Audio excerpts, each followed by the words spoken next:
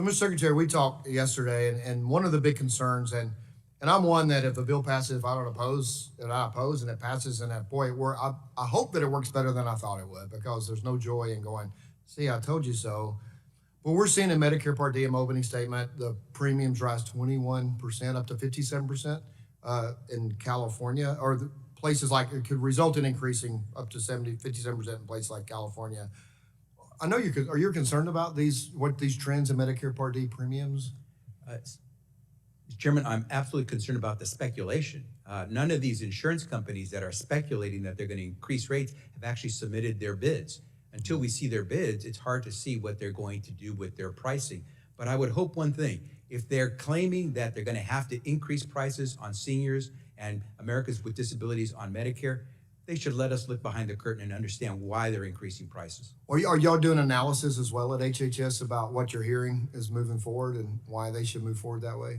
Understand that we can't do an analysis until they give us the information on what they're saying is going to cause them to have to increase prices on seniors and disabled Americans.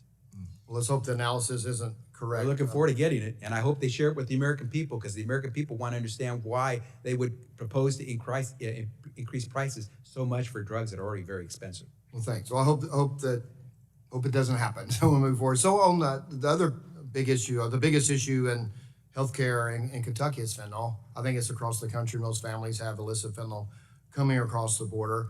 And I noticed in the budget request, it was mentioned in a footnote in the budget. What's your plan to stop illicit fentanyl at the border, or the administration and the Chinese Select Committee, bipartisan Select Committee, published a report detailing the Chinese Communist Party's involvement in illicit fentanyl. So I'd like to hear what HHS and your role secretary are working on. Mr. Chairman, I've heard this thing about the footnote. What matters more than a footnote is the money. And the president, as you know, has put down some $44.5 billion to fight fentanyl at the border. And it is doing a great deal to make sure we're fighting drug trafficking, doing everything to address the criminality that might occur that could make fentanyl possible to cross the border. Within HHS's budget, because that's not HHS's budget, but within HHS's budget, there are close to $9 billion that the president dedicates to make sure we're going after opioids and drug overdose. And so we would invest that in things like the state operations. Right, we all work together on that on the Support Act. That's important, and that's a big bipartisan bill. But and we need to take care of people when they have a substance use disorder. But preventing it from coming here, we know it's coming from China, coming to Mexico, coming across the border. We have a bill, I think it's Ms. Lesko, she's not on this committee, has that give you Title 42 authority, because it is a pandemic affecting our, and so the question is, I don't think the administration using everything that it can to stop what's flowing across the border. And we would like to enhance even a tool for you to have in Title 42 coming across the border. And so you think administration is doing a good job in the number of people coming across our border illegally? Mr. Chairman, as you know, the president supported a bipartisan proposal to address border enforcement that would have helped us address fentanyl. That was stopped mostly by members in your party who decided not to let that. Well, the House did pass the bill. Floor. You know, as you remember, the House passes a bill. The Senate never passed the bill to the House. I said the Senate should pass that bill, and then we should sit down and negotiate. Well, that was the bipartisan proposal.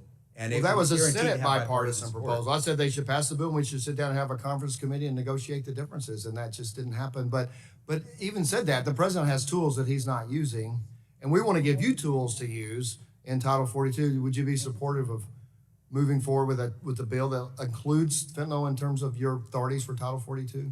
We appreciate any support you all could give us. We take a close look at any proposals that you have, and then make sure that we're able to move forward together. All right, and then I only have 40 seconds, so I want to talk about you're finalizing a rule. You finalized your agency in May 2023 rule that would require manufacturers participating in the Medicaid drug rebate program to stack or add up all the rebates. I'm thinking I'm going to go through the whole question because I think you understand what I'm talking about. Has CMS considered the possible unintended consequences of this proposal? The what consequence? Of the stacking of the where you stack to get a single low best price by stacking all the rebates, and therefore it's 30 years of precedent showed it a different way. You're changing it, and the concern about people participating in the marketplace and providing drugs to our Yeah, and- I'll have to get that answer in writing, because I'm gonna stick to move forward.